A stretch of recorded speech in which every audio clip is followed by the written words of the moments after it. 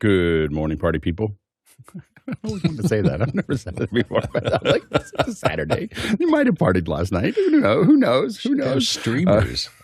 Good to have you here. Welcome to Office Hours. If you've got questions, of course, we answer your questions every day about media production. We don't talk about partying very much. But if you have questions, go ahead and throw those into Makana. Of course, you can vote on those questions and talk about those questions in Makana. If you're not a Makana, you can actually just use this little code here. This is askofficehours.global. You can do that 24/7. Now, sometimes they don't get in that day because we had a backlog in the first hour, or this is a good day because we have 2 hours, up to 2 hours, depending on how many questions you ask and how fast we answer them. But if you ask those questions in the QR code, they still have to be voted up. So there's no guarantee that we'll put them in, but we put in probably 99% of them. So you have a pretty good chance within a day or two that we'll address them. So go ahead and throw those questions into the QR code. And we don't do it on Sunday, by the way. We don't use QR codes because we don't know if you're watching, because we're not streaming to YouTube. So we don't use your QR codes on Sunday. But every other day, the next time we throw them in, let people vote on them. And if they make it through that, then we ask them. So let's go ahead and jump into those questions. Bill, what do we have? First one comes in from Douglas Carmichael this morning. He says, I remember when Barco ruled the LED projector market. Now their LED products seem to be focused on installations, not rental. Who rules the market today? And he's got a link to Barco's main site. I don't think anybody rules it. I think that and that's kind of great for us. There's a lot of people. Sony makes incredible panels. Samsung is making great panels. One of the things that's really interesting is that Samsung has theaters in LA that Courtney and I have been to that are LED walls. The theater is an LED wall, like the theater screen is an LED wall, and man, it's bright. So you can get a suntan watching a movie there, and it's really, really amazing. Really amazing experience. So Samsung makes good ones. Sony makes them. Of course, Barco is still doing them. One of the reasons that Barco, I think, doesn't do as many installations now is that they really focused where the money is always on the edge. So the 2.3 and above have kind of become commoditized, where you can buy them on Alibaba practically. And so getting below 2 millimeter and then definitely getting below 1 millimeter. So in the low 1 millimeters, below 2 millimeters, that's where there's real money because it's really hard to make them well.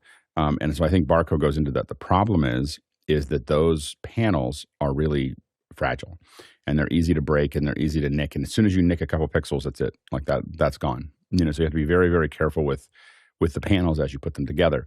So that's the real challenge with the panels. And so I think that you tend to move, when you get those really expensive ones, into installations. And the thing is now people are putting them in offices. For a long time, Salesforce had a huge LED wall all the way across their downtown office where there's waves and all in forests and everything else. But other people are doing that now too. You're really making it part of the environment. And when you see, so I think that but I think that we see a lot of aluminum. Aluminum is another one that does a lot of the larger scale ones. But Samsung, Sony, aluminum, Barco, we're working infield is one that we're talking to about possibly working with. So there's a lot of different walls that are being made right now. It's an exciting time. Go ahead, Bill. Well, just when you mentioned on the sidewalls LED wraparound things, I know Edward Cinemas here have a system called RTX. I think they've been bought out by somebody else, but I saw one of the movies for the first time in that, and it was really interesting because they were projecting not just on the screen, but on the two wing walls, trying to make it essentially a surround visual thing.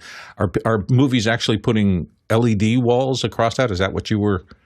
No, it just looks like a regular. When you walk into it, this is one of the Amazon has a set of theaters down in Studio City. And when you walk in, it just feels like a theater. Unless you walk up to the screen, you don't notice anything different about it. It just looks like it's just the theater wall. But one of them was 8K and the other one's 4K. And they're designed for 4K. I mean, I'm sure that they could do more than that, but that's the engine that's running them. And so what that gives you is something that's far brighter than a projector can perform, and the real challenge with LED walls as a movie screen is actually audio, because normally those screens are perforated. So if you walk really close to a movie theater, you see these little holes, And some theaters actually have what they call shakers, and they literally just vibrate the screen and create motion blur, so that when the video goes up on it, you don't see the holes. so anyway, so there's if you go behind a theater, I spend a lot of time behind theaters, and you see these things that are attached to it, and they just subtly shake if you get during a screen, you might hear them. Anyway, so hopefully not, but but you have these little holes that allow the audio to go through. So if you think about a screen, a lot of times, you have your left, right, center, oftentimes they're kind of in that configuration on the screen. And sometimes there's permutations of them. There might be a couple left ones, couple right ones, etc. Then, of course, you have your surrounds and everything else that are further back on the screen. Those are the speakers that you see going down the side. But what do you do with those once they're not there? So once you have an LED wall, you can't put audio through it. So what they have to do is they have to have a screen, and you think about your seats going here. They have to have downward, and they're bouncing the audio off of the screen. So that's what Samsung and some other folks have been working on is how do you properly, now you still have your base that's under the screen, and it's pushing up all the subs, the LFE or subwoofers are down there pushing out of there. But all the higher stuff, what they're doing is they've gotten it to a point where the propagation is pretty close. I wouldn't say it's exactly the same, but it's pretty close to listening to a theater. But that's been the big challenge is the sound. But it's a really, the visuals are amazing. It's just really, really amazing to look at. Next question.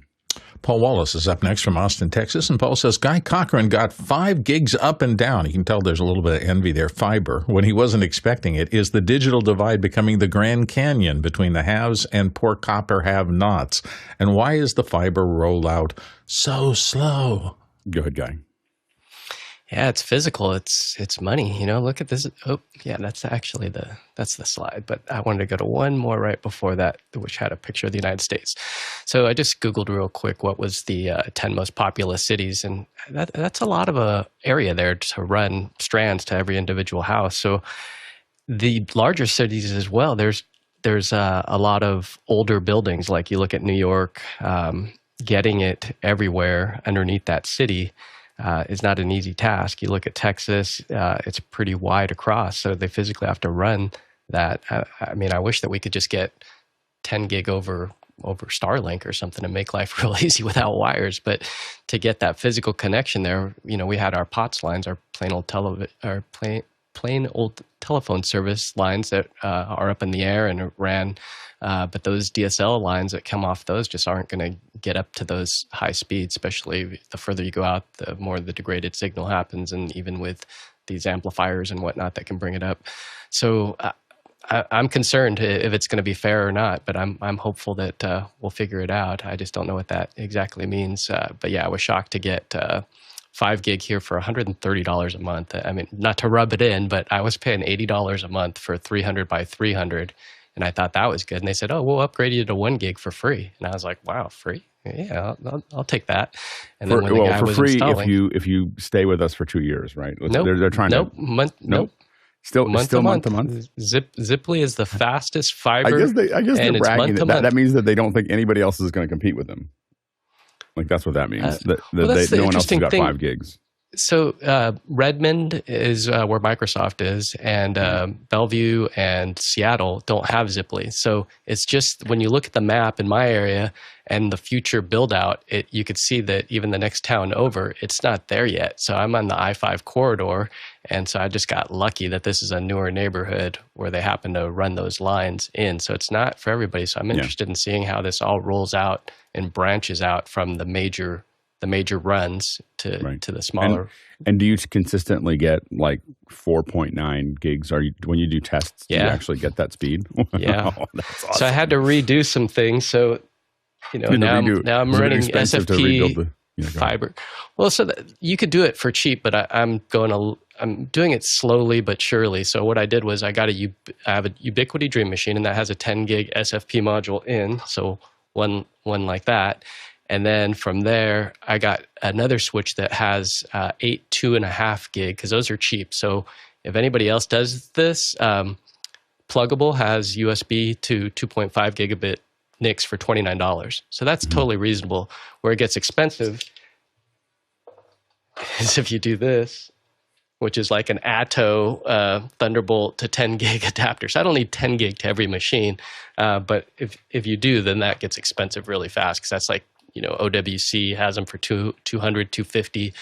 So if you're doing big stuff in-house, then yeah, it's going to get expensive fast, because it's 10 gig switches, especially if you want to go layer 3, are big bucks. But even layer 2, you can get a link aggregation 10 gig switch for like $600, and those are okay, but they won't support VLAN. So I'm learning all this stuff as I go, but just to support people in the house, 2.5 gigs reasonable, and it screams. I mean, 2.5 gigs. I did an Aspera upload to Paramount, and I just sat there laughing, because it was a 22 gig file, and it just took a couple minutes. I mean, and you could just see it just soaked the whole thing. It just took the advantage of the whole piece of it.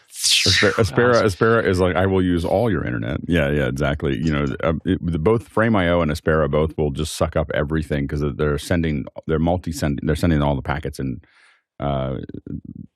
parallel. In parallel, and well, not only the packets in parallel, but they're sending more than one of the same thing. They're just filling the space as fast as they can to get it up there. So it's interesting. Yeah, go ahead, Bill.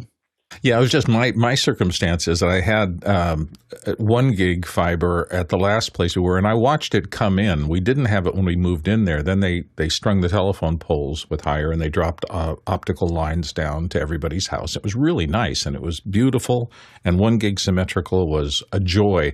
Then I moved out here, and they didn't have fiber, and I kept asking people, any chance we'll get it? And eventually they did put in fiber down the road next to the complex, but they didn't run. It's not just the last mile. Sometimes it could be the last 200 feet. They didn't take the time to drop from that fiber hub to every person's residence individually. So you have to wait another bit for that. So it's rolling up. There's a lot of connections they have to make. Frontier's killing me. They finally got up to our where I live, and they started putting things on our door that said Frontier's coming. So they got us going, and then they keep, every time you go to the website, it's like, no, it's not here yet. Then we watched them put the fiber in 6 months ago. They dug up our street again. Our street gets dug up a lot, so they dug up the street again, and they put the fiber in, and it's still not available. And we just keep on going. You keep on going to the website. You're just like, oh my gosh, you're killing me. And it does look good. It's going to be, now it's not as good as Guy's. It's 2 gig. It's there is 5 gigs available. In fact, I think they have a 10 gig service.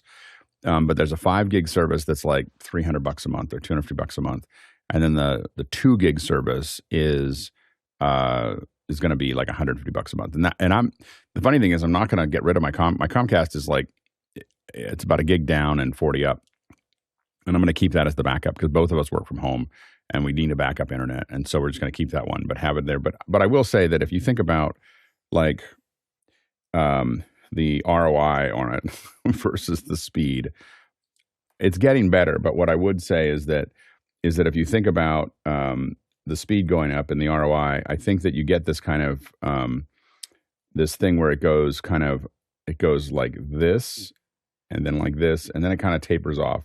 So I don't think I got the numbers ready to put an ROI over on the other side. Anyway, but the point is that you're getting a lot at 1 gig. I think it starts to fall off after 1 gig as far as the benefit for it, because the rest of the internet's too slow.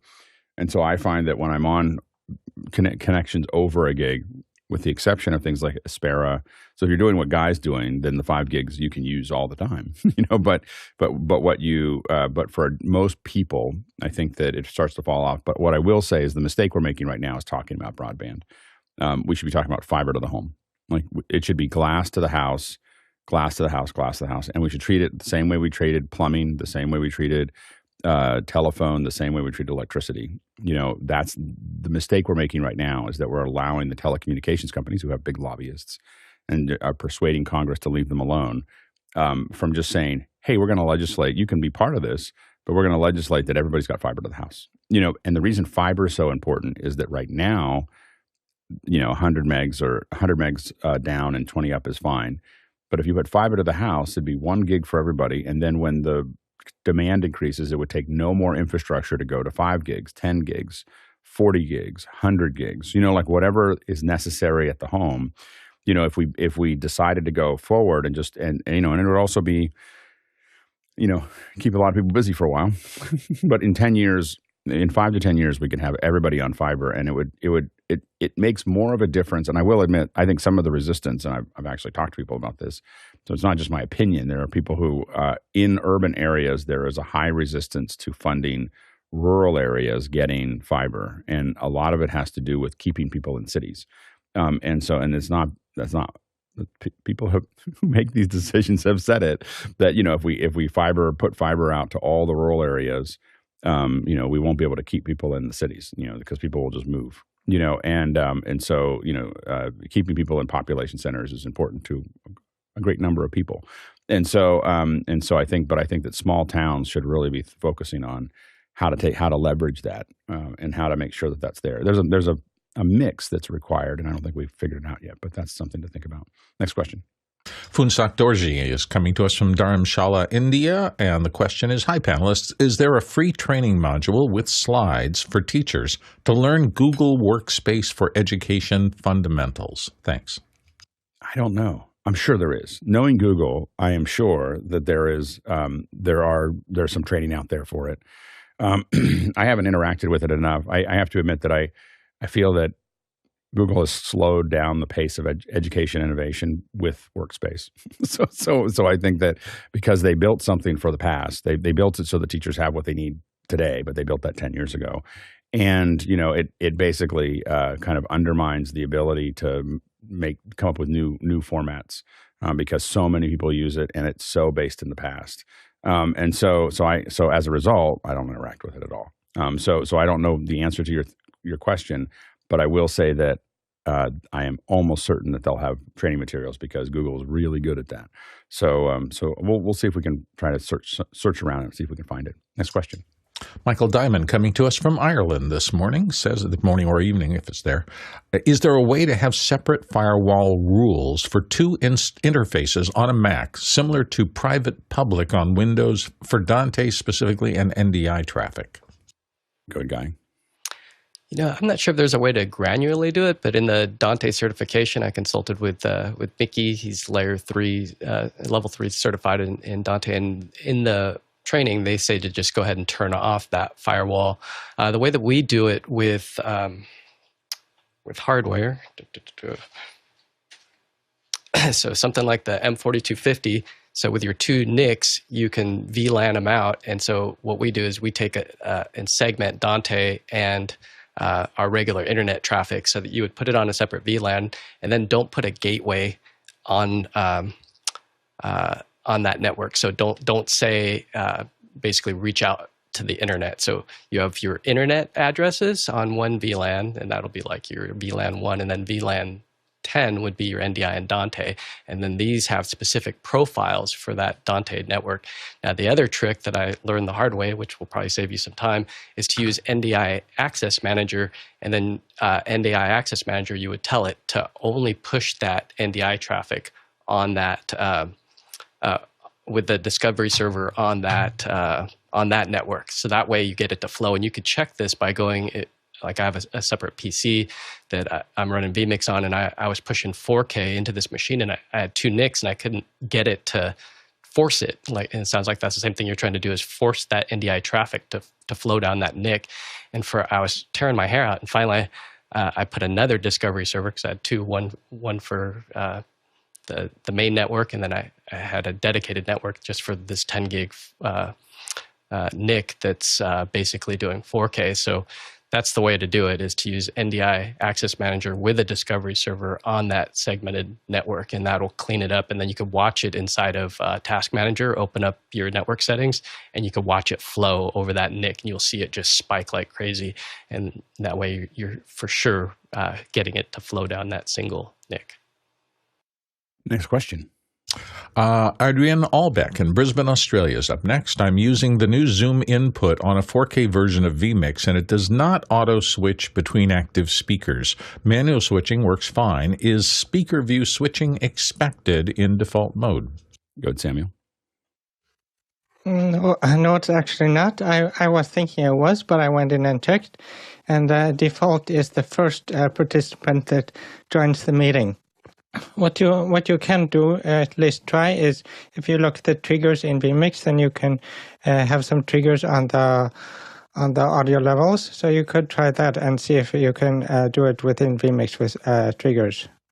Good guy. Yeah, I had to phone a friend on this one just to make sure. And there is a tutorial from the Vmix folks. It's not just out of the box going to work like you would expect it. Like in Zoom Rooms, we can just say, and Zoom ISO, you can just say active speaker. So my buddy says for an input, go to settings, triggers, add the new on Zoom active speaker trigger, add set layer animated function, and there are a few other things you need to do for each active speaker input, but it'll work. And I'll put a link to that. It's at 19 minutes into this tutorial from the Vmix folks, and that should do the trick for it. Next question. Douglas Carmichael is up next with the Yamaha DM3D. Still backordered in the U.S., what other mixers or interfaces could be a small-scale on-ramp to the Dante world for a small studio? Go, Samuel. Well, what you can do is, what I've heard is that this Yamaha mixer is actually backordered because the supply is greater than the demand. So you could put in a pre-order and contact someone like Sweetwater or something. I don't think there's really too many mixers in this price range with Dante built in, but that like the TF1 or the Midas R32 are good mixers. You have to get a separate Dante card to run. Good guy. I just went down this same path. I waited and waited and waited, and I couldn't stand no more. And my friend Greg Balat has a DM3D that he almost sold to me, and I thought I was going to get it at regular price, but he needed it for a gig. So I wound up, after many months of scouring eBay, found an X32 rack because it's the most popular mixer in this area in the world. So I figured if I'm going to learn something, I may as well get, even though it pained me to buy 10-year-old technology, or 10-year older than 10 years. I found a Dante card from a church that was going to, because I was going to buy the X32 full size from a church here locally, but it was like 200 miles away. And I was like, by the time I drive down there, I was like, I may as well spend a little more money and get what I would want, which is the rack. So it's sitting down here behind me on the ground. I got the Dante card, put that in, and then I also got a X-Touch. And so I'm able to, still have physical faders, and I like the X-Touch because I could also use it with central control and Vmix. So we have flying faders that we can use remotely. But I'm pretty new to the whole Dante in a mixer. I've got sound devices for location sound. I know that stuff really well, but I'm new to all these DCAs, and I just want to learn it just in case I get a wild ball thrown at me at a gig and need to step in and help out, and just for internal routing of some basic stuff. But yeah, routings, and that's the other thing is my friend Tucker, when I was consulting him as to what I should get, he was like, out in the real world, you're going to see Yamaha QL5s, QL1s. So learn that, because the stuff with the routing is harder to do with the X-Touch. But you get something like MixStation, which is an app that's like $15, and the interface is the same if you use an Allen and Heath, if you use a Behringer. If somebody sets it up for you, it's all the same. The interface, when you have those guys on, it looks the same, and it's very simple. So it's a matter of, do you need like in-ears and wedges and EQ and all that stuff? Because there's some other mixers out on the market by like the SQ5 by Allen and Heath, but now you're looking at $4,000 by the time you add the Dante card, you're up to $5,000.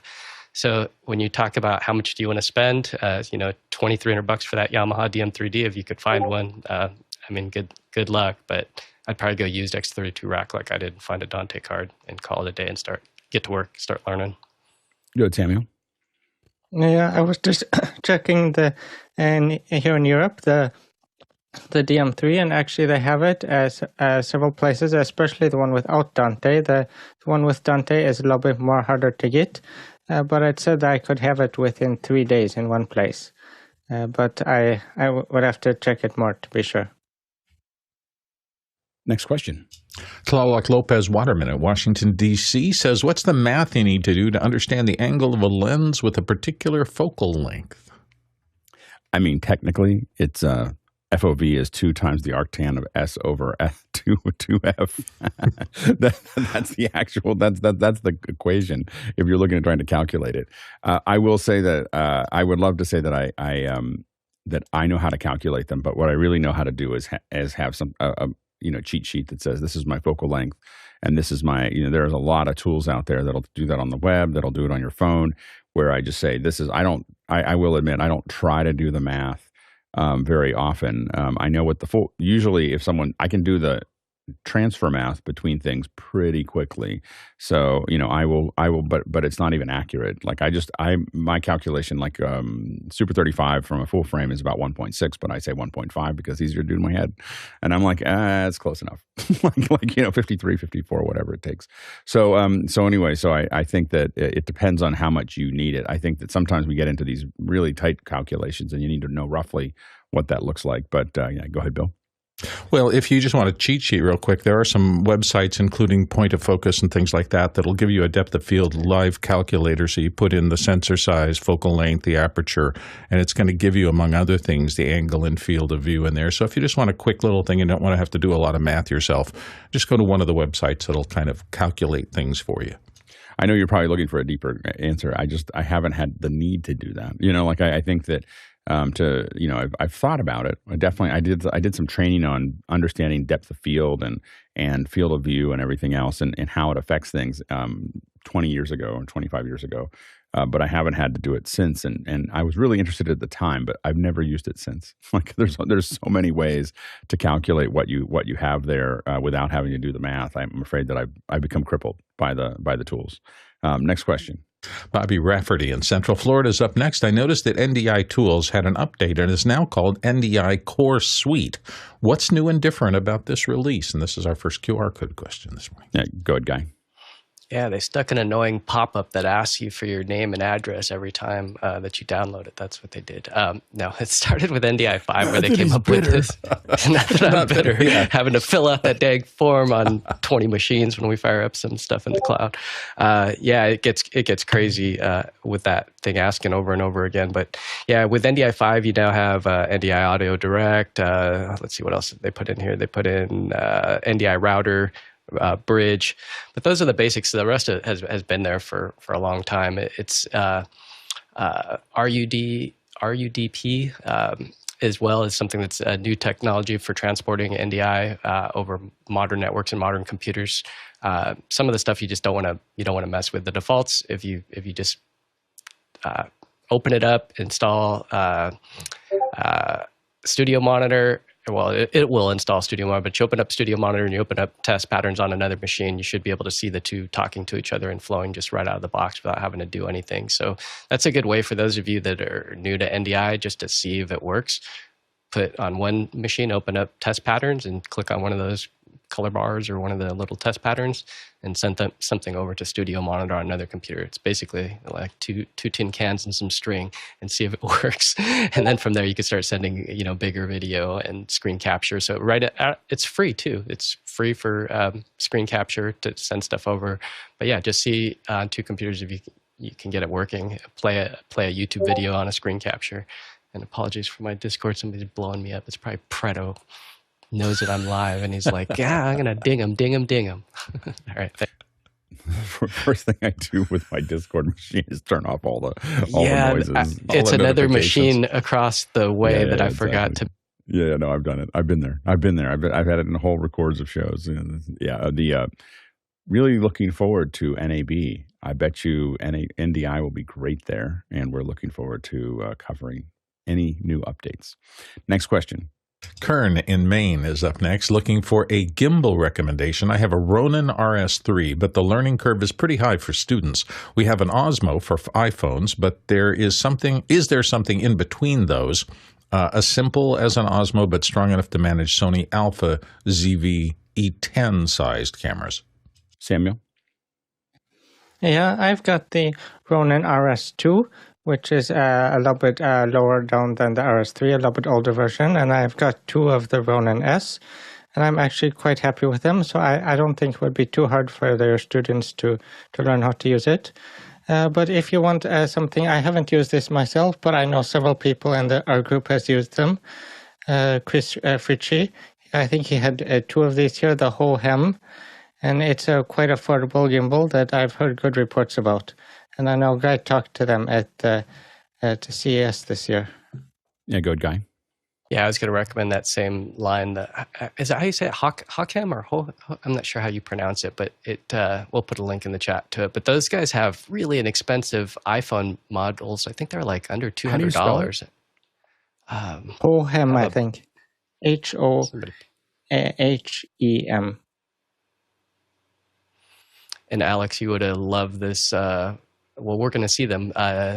Tenacious Ventures is a studio that we're going to be visiting, and I was with them on a shoot last week, and I just have it in my head, go to Ronin, because the look when we had some presenters on stage and they would do walk-ons or walk-offs, they had a Ronin operator with the Ronin 4D, that $12,000 camera, and they had it on an easy. Oh my God, the look was so incredible. Like when, I'm running UE 150s, I had 4 UE 150s, and my look is, very video and very crisp and sharp. And then you'd say, go to Ronin, and when you cut to that Ronin, it just felt like the world just turned into cinema. I was like, oh my God, I want one so bad. They are amazing.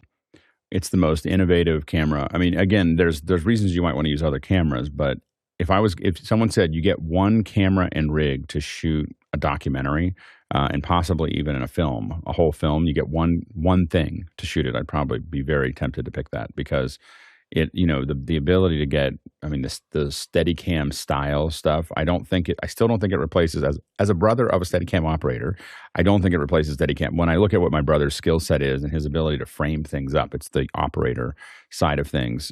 So what you see that's impressive about all of these is the ability to smooth out the shot. But when it comes to composing the shot over a long shot and making it all do all the things it needs to do, the Steadicam operators are still a little ahead when it comes to crafting that shot. But when it comes to just, I need smooth shots, the 40, the Ronin 40 is just otherworldly. And the transmission, the add-on monitor, it'll go because it's DJI. Yeah, I know. They had to figure. They had to play a much harder game than everybody else. It's amazing. It's totally amazing, that combination. Because you don't need a Teradek, it's their transmission system, so you can go far with no breakup. Well, actually, I did see some breakup, so it's not perfect, but it's good for. But it's good for what it is, which is a review. Yeah. So, I think that I would say that I would push the. I guess what I would say is the Osmo and the Ronins are really good solutions for smoothing out some of these shots. I do agree. Mickey said they should be taught to be able to smoothly operate a handheld, and I do agree that I would start with folks is to understand how to use their mass, how to keep their arms in, how to really do something that is stable, because you still have more control. Like when I cover stuff, I'm not covering it typically with some kind of stabilizer. I want to go like this, and I want the hardness of what I'm doing, but I also, on the other side of that, I have to know how to stay still, and so like usually when my daughter and my son are both musicians, and when they're playing, I realize that I'm probably the only one shooting a steady shot in the entire audience. All the parents have their hand. You can see they're moving around and they're doing this kind of weird washy thing that's going to make that video not watchable later. And so I think that learning how to do that and learning how to stabilize it, I think, is important. I think that, but when you do need to stabilize it, I would just jump from the Osmo to the Ronin RS3. And what I would do is I'd have students prove that they can do, set up a bunch of shots, do a bunch of stuff with the Osmo with their phone, because I don't know what phone they're using, but if they have a newer iPhone, I can tell you for sure, that they can get shots that are pretty competitive. But even on the newer Android phones and so on and so forth, there's a lot of, these phones can do a lot, and they can learn how to do that, and do their shots there. And then once they graduate past that, then I would just move them over and teach them how to use the RS3. The RS3 is a little bit complicated, but I think we oftentimes underestimate the ability. Like when I teach visual effects, I used to teach visual effects on a summer class, to 12-year-olds. And I didn't pull any punches. I just taught them the same way I would teach an adult. Like, here's how to use shake. Here's how to use moto. Here's how to use moto. Here's how to use, here's how to do photogrammetry. I was teaching photogrammetry 15 years ago to 12-year-olds. Here's how to do all this stuff here. Here's how to do HDR. Here's how to do little animations. Here's how to composite. And I just didn't pull any punches. And you know what? They kept up. They kept up with they were at least as fast as adults, as far as. And so now the key, by the way, was video training. So this is the part that this is what I earlier I cringed at the Google Classroom stuff. You have to flip the classroom, to do skill training. So if you're working with kids, they need to be able to watch it on their own, and they're very good at it because they watch YouTube all the time.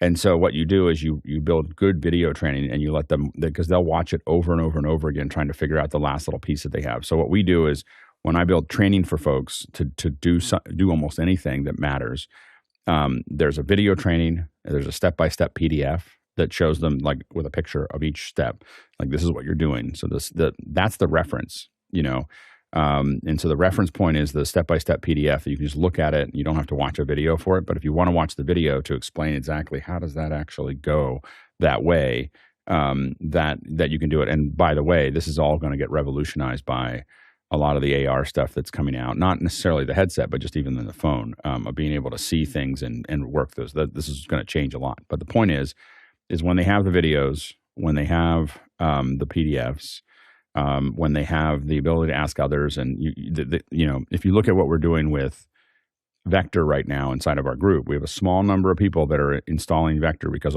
if having everybody in office hours learning how to use Vector would be chaos for Viz. So we have 3 or 4 people. We've installed it now in 090 and office hours. And there's like 3 or 4 other people that have installed it. And so we're kind of getting our head over like, what does it take to actually get it installed into AWS? How do you get and there's like, sharp edges here and there. So you figure out all those sharp edges and you make sure that you have a core number of people that know how to do it. These will be typically your seniors, and then you start to build more people around them.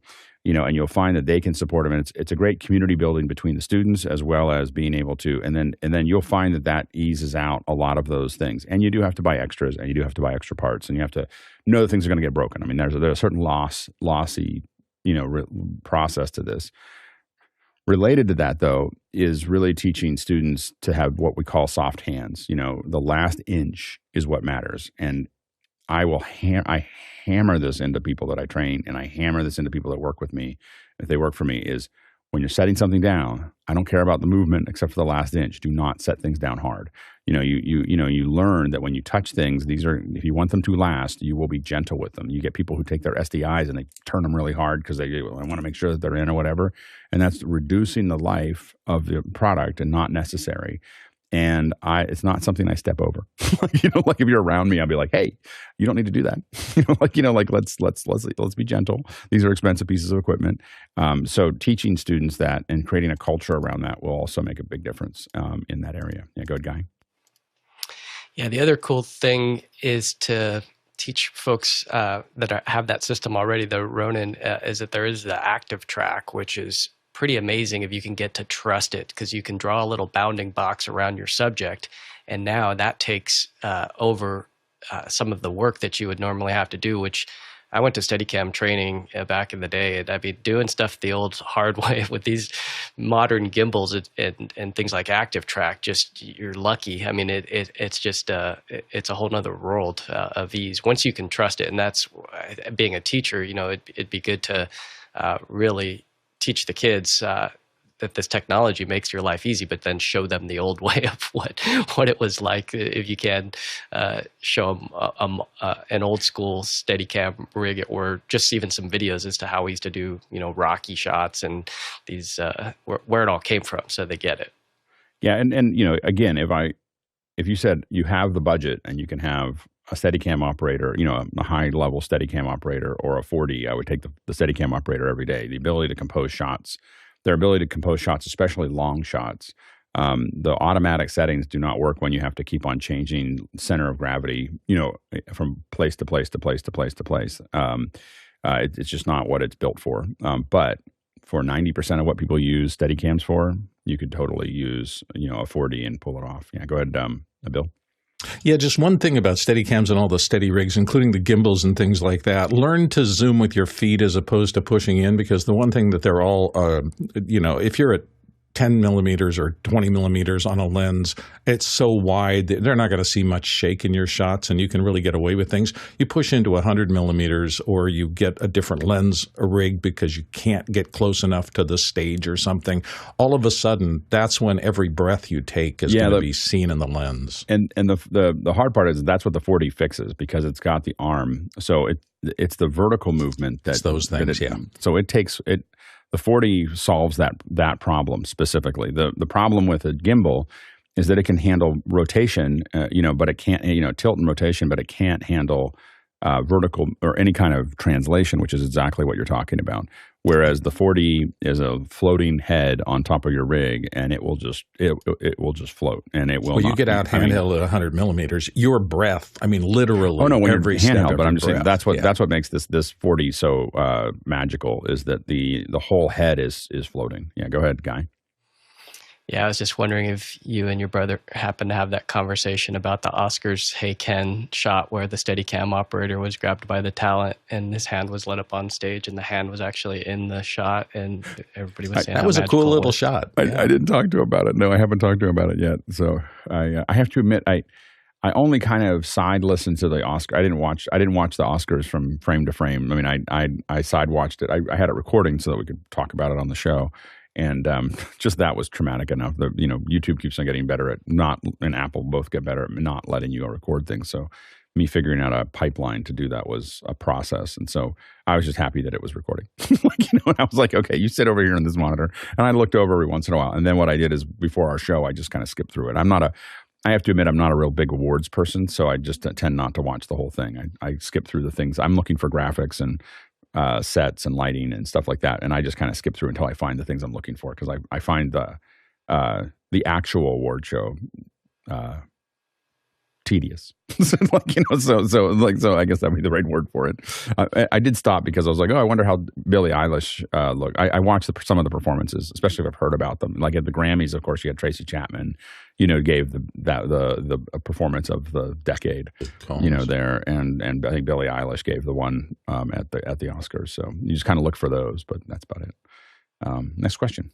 Jeff Veely is coming to us from Henderson, Texas, and Jeff asks, I recently heard that the DisplayLink software, which comes with many hubs, is problematic and should be avoided at all costs. I haven't had any issues. Thoughts? DisplayLink, I think this is designed to send video, if I remember correctly, it's designed to send video over USB connections. And what Mickey says is the DisplayLink engine and driver processes run on the CPU has the possibility of crashing, which I have heard it does. I would not architect a system around DisplayLink and just use it as a last resort problem solver. And that's probably where I'd go with it. Having software doing those kinds of things, especially if they're sitting on the CPU, it's a little risky. I wouldn't put it into production, I guess is what I would say. If it's working on your home system, it's great. But anything that is the less software you have involved in a production, in my opinion, the better. Next question. Next one comes to us from Eric Hertz in Hartford, Connecticut. Lots of shade thrown recently on hybrid events. So what's your recommendation to large corporate clients when they are producing all hands meetings? What I would recommend, to be honest, online events. Like, I don't know if you need, if you're going to do an in-room, you can let people watch the in-room and this is more of a limitation of the actual C-suite.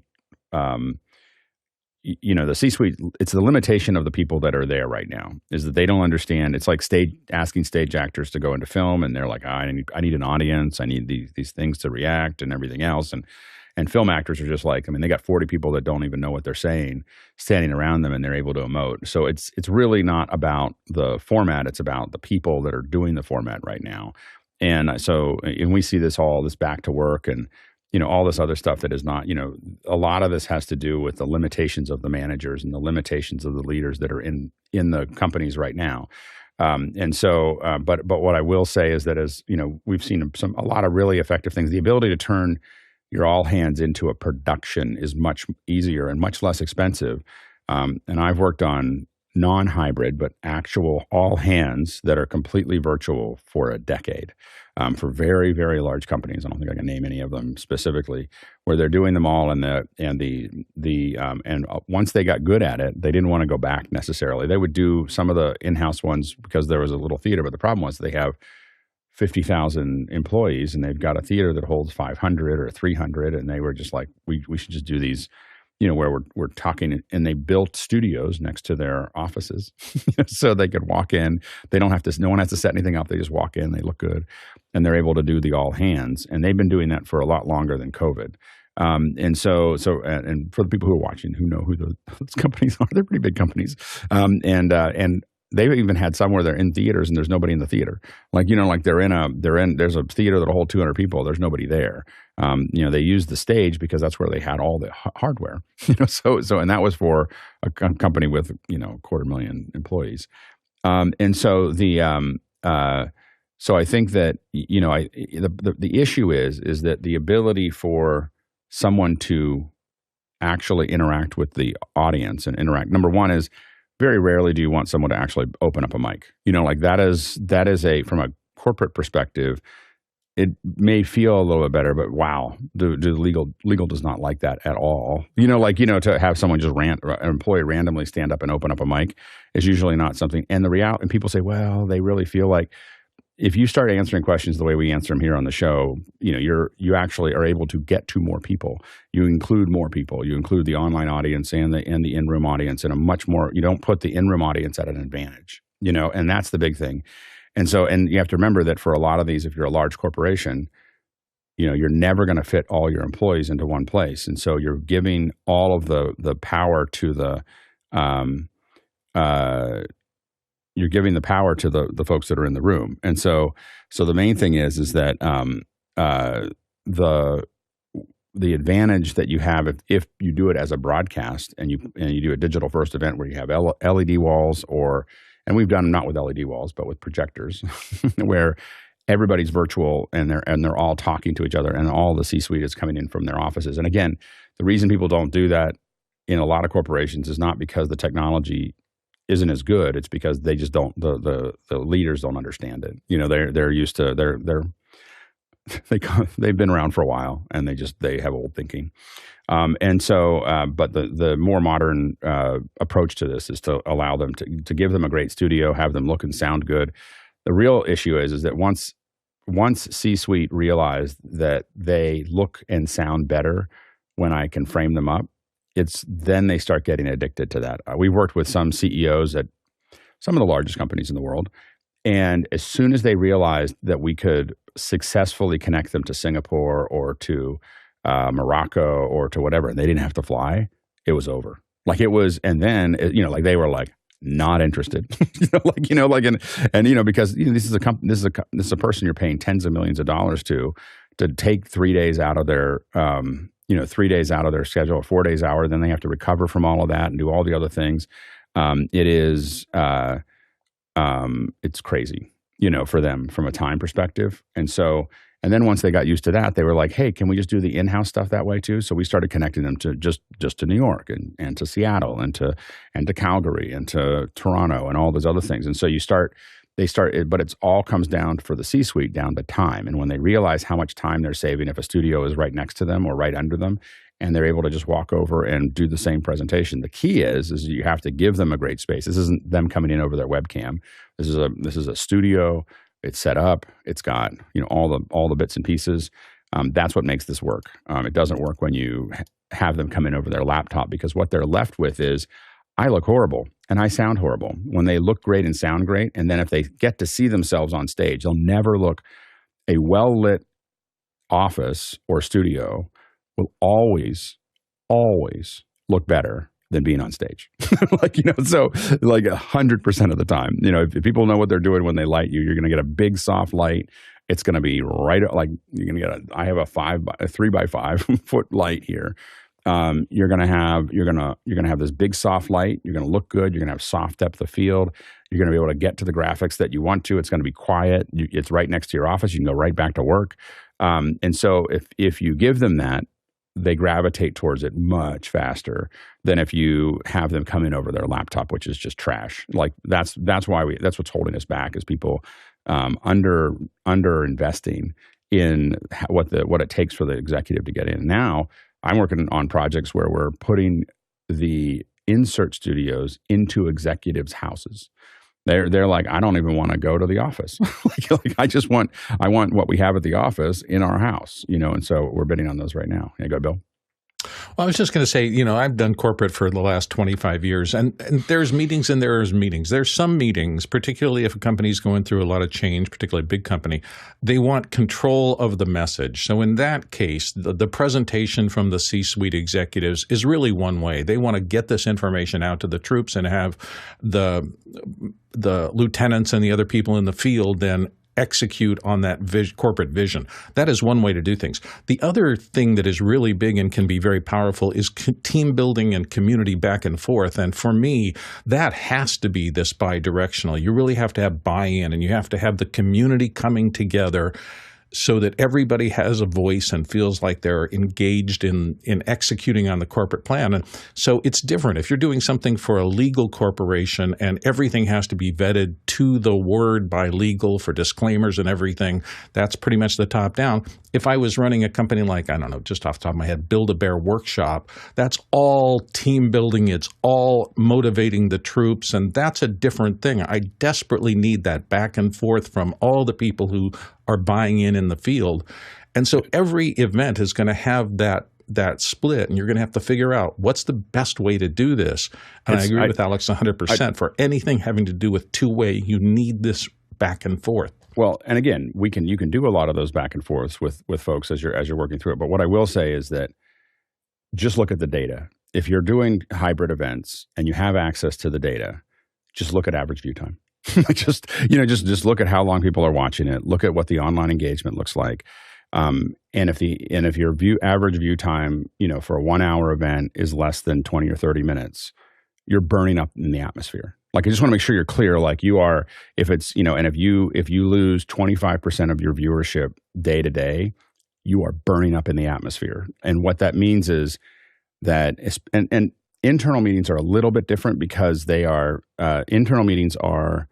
kind of forced to go watch them, or it's an opportunity to not go to work. Like it's an opportunity to get 2 hours off. You don't have to think about anything. So it's a little bit different. People would love to just go sit and watch something rather than do whatever they were doing most of the time. But what's interesting is that when you get into public ones where you're going to do a webinar, you're going to do something else like that. If you watch the amount of people that peel off, from day to day to day, and you watch the average view time within the back end data of a online event versus a hybrid, the hybrid fall off is so fast, compared to the online events. Now, the online events and how do you get more people to watch your online event? You immediately move to Q&A, which is what we do on this show. You improve the audio and video quality. You improve the presentation quality. I mean, Apple is single-handedly killing off keynotes. I mean, we're not going to do keynotes in a decade. And because as soon as, Apple's making movies now, and Apple's the one that brought keynotes to where they were. And we have to remember that we did keynotes when we didn't have HD and 4K. So we did these keynotes because there was no good way to have a big screen up there. We're past that now, and Apple's proving that they can just keep on building these. And the problem is people said, well, we don't really know what happened with Google and Microsoft's presentations. Yeah, we do. They're exactly the same as they were before. It's just that Apple moved the bar down the path. And now people are used to watching a movie and they're like, oh, this is really slow, because stages were always slow. Like, they were always slow. Anybody who's done reverse angles of the people in the audience, how many people are checking their email, texting, tweeting, sleeping? All these things are things that are happening in the biggest events that we work on. It's just not that compelling. And, there's a little bit of an emperor has new clothes. This is the model that we use all the time, but no one really enjoyed it that well, and it wasn't that effective. The movie's way more effective at being able to say those things. Then you get into interaction, and the faster you can get interaction. What does kill things, and I've talked about this before, is, I almost stopped making corporate videos altogether when we did the data, when we realized that if someone talks without interruption for about 6 minutes, you lose 75% of the active viewing. They didn't leave, they're just not watching you anymore. And if you put up a slide, you get 60 to 90 seconds. And we realized everything we've been doing for a decade was trash, and we were just, and I had to walk away. I had stopped working on them. I put other teams on them. I had to go away for 3 months and just not work on any of these things and just rethink. And then I was experimenting with all these new ways of doing things and everything else. But we have to understand that so much of what we're doing right now is it is the inertia of old infrastructure, and as companies move past that, it's gonna evolve. But the hybrid events, the real problem with them again is that, especially when you're doing them publicly facing to customers, you kill off their interest, and it's so hard to get back. My wife took off 2 years ago, 2 Zoomtopias ago. My wife took off 3 days so that she does Zoom every day. That's her job. She runs Zoom events, and she was excited about Zoomtopia. And 2 years ago, she went to watch, she took 3 days off and was ready to sit down and just watch Zoomtopia and this is Zoom.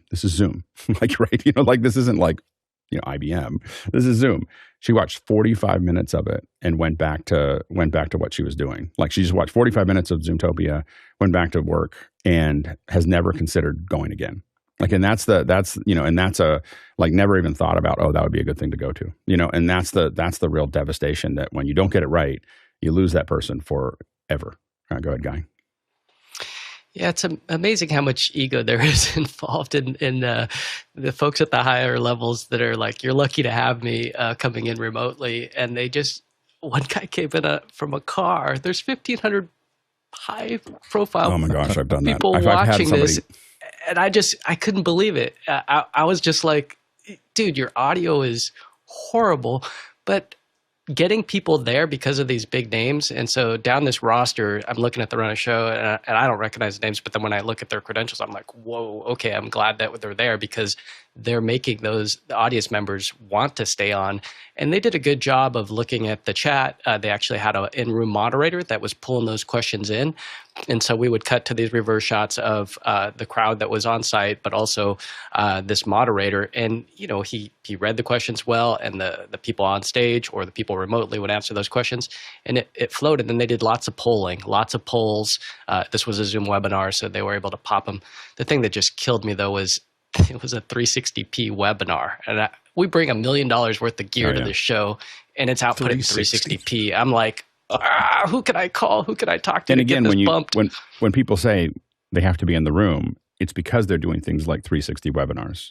Like that is that's the or webinar. Like it's that whole. I feel like we should stop calling things webinars, but it's a whole other thing.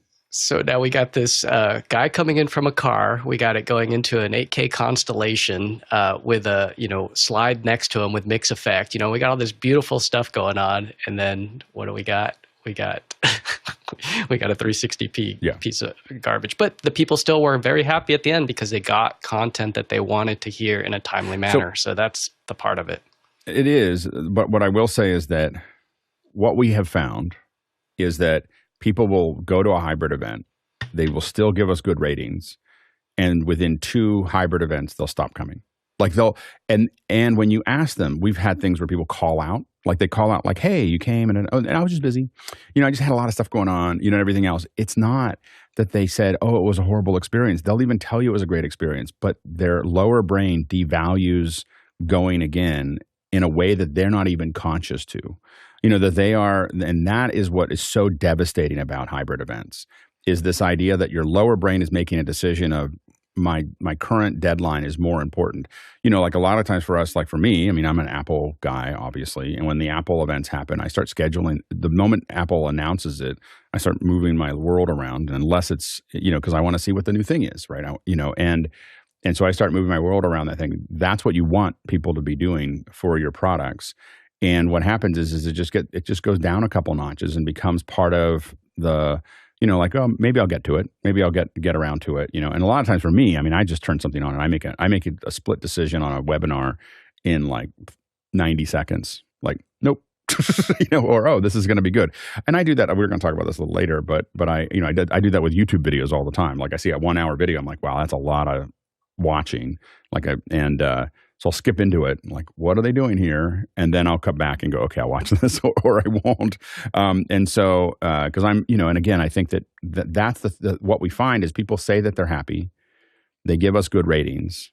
And within 2 hybrid events, they're just busy with life, and that lower brain decision and process is just devastating. Like the getting back over that hill is so hard. And so the problem is that that's what companies, they get those ratings and they're like, oh, we got a great rating. This was a great idea.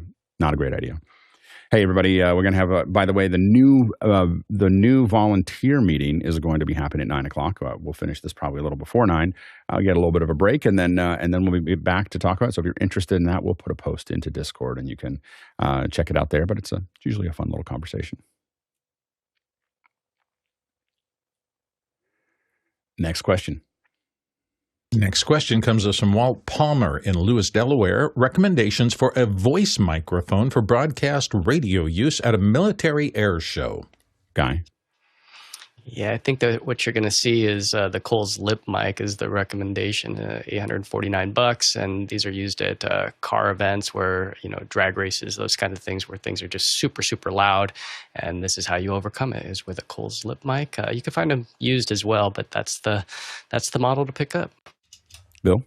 That's exactly what I was going to pop up, the Coles lip mic. It is specific for this kind of thing. If you have a high noise environment, and air shows are pretty high noise because typically in an air show, they want to do things like buzz the crowd or fly over helicopters. Last time I went to one here at Miramar in San Diego, it's just very noisy. So anything that gets a mic element close to your mouth will reduce background sound and let you be clearer. Head-worn would be the next thing past that. The reason the Coles lip mic works particularly well, it's a ribbon microphone, and if you see that little bar, let me pull it back up again, at the top, it's designed to put that on your upper lip. So there's literally no distance at all between you and the activated microphone part, and it just crushes everything in terms of outside. You'll still hear cars or airplanes or helicopters going over, but your voice would be isolated as much as possible with this kind of a tool. Next question.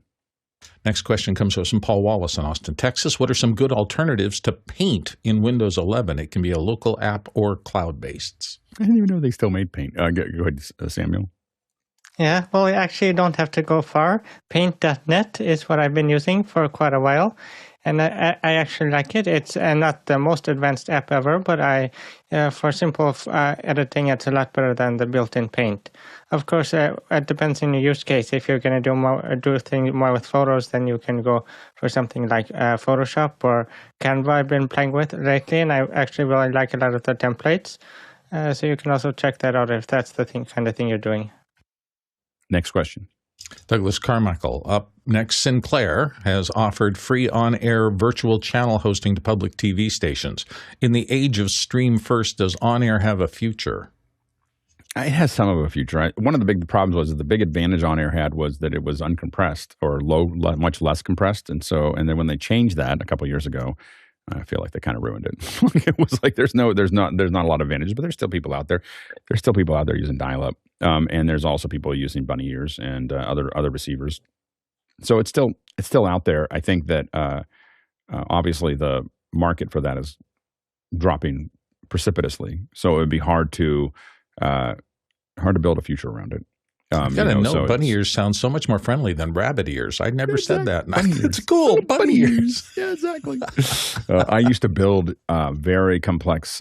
I lived in the middle of nowhere, and so we didn't use bunny ears. I built a very complex receiver antenna system on the roof, and my parents thought I was absolutely crazy. And I built it all with electric fence, like electric fence cable. Like that's what I had. I had rolls and rolls of electric fence. Chatter from NORAD. So I had poles up there, and I built the crosses, and I built like it looked like a military station. There's still pieces of it up there, probably. Probably 30 years later, there's probably still like little sections of it laying around on the roof. Not a lot of people go up on the roof because it's a long way down.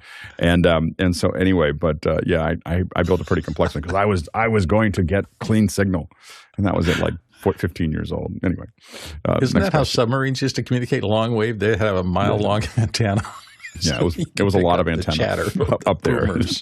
When I saw a military site, I was like, "Oh, that looks familiar."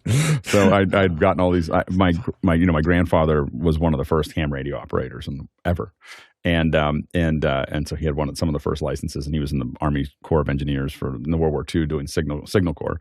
And so I grew up with him, talking to him about okay, how do I build the antenna and how do I do this? And he just was amused and that I was doing it. So he was giving me all the data that I needed to put it together. Anyway, next question.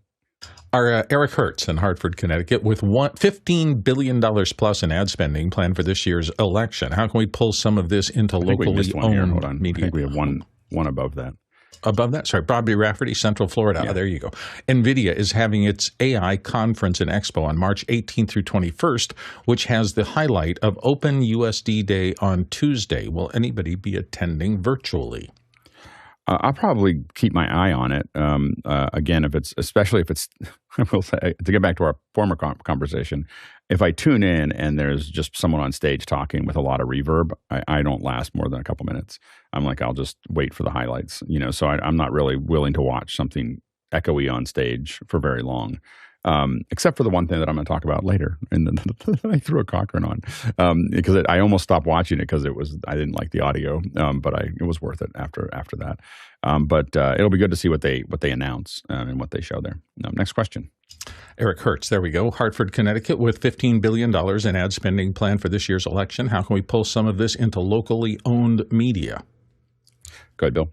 You're talking about a subset of the advertising industry called media buying, and it is an art and science that's been around since there has been broadcast commercials and things like that. If you don't know somebody who is a media buyer professionally, it's really hard to buy the same way they do. They work on relationships all the time, and having been broadcast adjacent and done broadcast work for most of my career, I will tell you a good media buyer is worth their weight in platinum, because if you need to get a spot on the air somewhere, they will have relations with all the different networks and vendors and things like that. And suddenly avails, which is what it's called when a popular show has only a limited number of spots available, because of those relationships, they can often get you into something you otherwise wouldn't be able to get into. My recommendation for you is to study it. Don't just think that you can pop on and put local ads in easily, even into a local stream, because that's a very kind of rigid and structured things. You need things like ISKI codes, and there's a whole bunch of stuff behind the scenes. So my suggestion is to find somebody who does media buying in your area, sit down with them, buy some time, buy them a cup of coffee, and talk about how you might be able to inject your content into this advertising stream. But it's not tremendously trivial. And I'm not sure whether you're saying local media like local radio stations or TV stations, or whether you're saying local media like local streaming. So those are two different things. Getting, the folks that are buying the campaigns are probably a couple decades behind. Like, they have a very patterned way of doing things, and no one wants to take any chances because they only get to do it once. And so everyone's doing it the way they've been doing it, and there's very little innovation. Most of the innovation really came from after the Obama campaign around data management and process related to where the innovation has really happened is in like Facebook ads and Google ads and so on and so forth. But the actual broadcast ads, there's not been a ton of it. If you're a radio station and a TV station and you're not filling all your ad spots with political ads, you should really think about who's doing sales for you. This is like not being able to fish into, at a fish farm that hasn't eaten for 2 weeks. Hungry. There is so much money, and they're all looking for canvassing. So if you're not filling this is the one time that broadcast gets to really eat. And what you'll see is tons of new tech, tons of new studios, tons of new developments, especially at the network level. But even at the local level, this is where everyone makes all their investments because they've got tons of money coming in. And if they don't have tons of money coming in, you really need to think about your sales staff, because this is about as easy. This is the easiest it gets. If it doesn't, it's not going to get any easier than selling political ads into broadcast. To support that, I will say the media buyer I work with buys himself a new, very, very, very high-end car at the end of every election cycle. Exactly. And he pays cash. Yeah, exactly. Let me just roll a couple dollars roll a couple hundreds off the outside and buy this new Tesla. Yeah, exactly. Maserati today, what the hell? Yeah, exactly. No, it's crazy money, floating around this season. Next question. Paul Wallace in Austin, Texas. It's easy to remote operate a PC and Mac with remotepc, it looks like, REMOTEPC. Remote PC, I'm sorry. How do you remote operate a Facebook Portal TV and Amazon Alexa Echo Show and other similar devices? Go ahead, Samuel. Well, these kind of devices aren't really designed to be remote controlled, so I think you'll be quite limited to what you can do. But what I would do is take a look at Home Assistant. It integrates with a lot of smart home products. So if you can get it connected into there, and there's a lot of different hacks and different ways to do it, there's a huge community. So if you can get it connected into there, then you can set up a VPN and control it, or you can also, there's a good integration with Companion, so you can set it up on your Stream Deck. So I would look into that but I'm not really sure what you would want it to control on a device like this. Next question. Next one comes from Mike Muddy Schlegel in Raleigh, North Carolina. And Mike asks, what good options exist to download 15 terabytes of video files from Dropbox? Each file is 30 to 50 gigs, and even with a fiber internet connection, the downloads are painfully slow and frequently fail during the download. Can I request a hard drive be sent? Good guy. See, this is when it's good to have friends with fiber in places like Marysville, Washington, where you could just send Guy a hard drive. I work with Muddy on some shows, so I know him well. Muddy, if you want to send me over the hard drive, I'll suck it down with a 10 gig connection. Well, actually, mine's 5 gig right now, but I'm looking at upgrading to 10, and maybe there's something in the future where I can figure out how I can offset, because right now I'm paying $120 a month. If I can go to 10 gig, it's $300 a month. So I'm trying to figure out a way in my brain to make a few bucks. As Steve said in the chat, for science, I should go to 50 gig, but that's $2,000 a month for 50 gig. Ooh, which you really got to think through that. Yeah, I really got to figure out the difference. The difference there is it's quite high. So 25 grand a year is the big thing is that if you Dropbox is really it doesn't matter really how fast the connection is, because their connection from their server is so slow. So it won't matter, the fiber connection that Muddy has and the 5 gigs. I mean, it's really a slow connection to Dropbox. So Dropbox's own connection is very slow. It's very cheap. This is a real problem. So what you have to do is you have to put it. I'm in the process of doing this right now because I'm trying to get off of Dropbox. It's just worthless. But the problem that I have is exactly the same one that Muddy has. They're getting $75 a month for me because I've got a bunch of data on there that has been sitting there for years that I just haven't had time to figure out. So finally, what I'm doing is I'm setting up a computer. You have to set up you set up your Dropbox folder on that computer, and then you let it sync. And it will take weeks, for it to sync. And what it will do is it's doing its own sync thing. This is what I don't let it do. The reason I have to download it is because I don't let it sync to a hard drive because there's too much data there. If it syncs to the hard drive, I'm screwed. So what I have to do is set up a computer that's dedicated to this. Set up the Dropbox file, the Dropbox drive. Install that into that computer. Have it not do anything else other than sit there on the network. And it will slowly mirror everything from the cloud into that computer, and then delete everything. Pull everything off of that drive onto another one. Make sure it doesn't delete your Dropbox folder or whatever.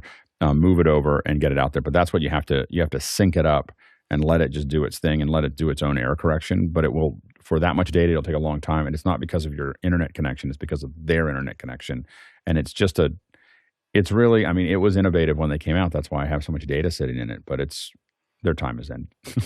I'm sure that they're doing fine with people, but most of what they have, it's like AOL. It's like a kind of a inertia thing now with Dropbox. And I would just be careful of putting stuff up there. Next question. Next one comes to us from Jeff Feely in Henderson, Texas. And Jeff says, the maximum run rate between keyframes of my ATEM is 8.10 seconds. Is there a way to increase this for slow pans and zooms within the software control? Slow pans and zooms at 8 seconds. What are you panning? Jeff, does he have a whip pan kind of shot and he's trying to get more slice up of it?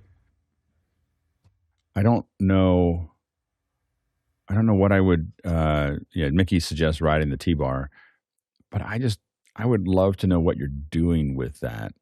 I don't know why I would do something for 8 seconds. No, he's not talking fast whip pans. He's talking slow pans. He's talking slow. It's slow. Yeah, so he's trying to do a really, really slow pan across something. I would think of doing something external. He wants to force more keyframes in, it sounds like. I mean, you might be able to do something. This is the kind of thing that you could potentially get someone, I bring it up to like Adam Towle. Like Adam might be able to do something with it where he could build something that asks the switcher to do something that's not but I just think it's so vertical. I don't know if Adam would work on it. Adam, if you're watching, we don't know if you'd work on it or not. Just because I don't know how many people would do that, because I can't even think of cutting a ballad performance as slow pans. But I guess but why would you do that in the switcher? More keyframes are going to get you a bigger data rate by far, right? Because they're going to send more whole frames. I get the slow pans and zooms. I just don't get doing them in the switcher. Like, that's the part that I'm confused by. Like, this is what I would do in a camera, and so, I would do that in camera. I wouldn't do it in the switcher. That seems like a long time between keyframes. 8 seconds between keyframes? It's doing a slow push in. I get it, and maybe he's doing 4K and then zooming in on it and so on and so forth. But I can't imagine that looking good. To do it in the switcher, I would do it in the camera. I'm confused. You might have to ask another question for me to figure my way out of that one. Next question. Zach Stallsmith's up next from Chautauqua, New York. Speaking of hybrid events, should I continue investing in gear from my mobile rig that I have set up for hybrid events, or focus it more on streaming and recording content from sessions? The hybrid events are going to be around for the next 5 years, at least. Probably 5 or 10 years. At some point, I would say that the future is, there's going to be very, very large events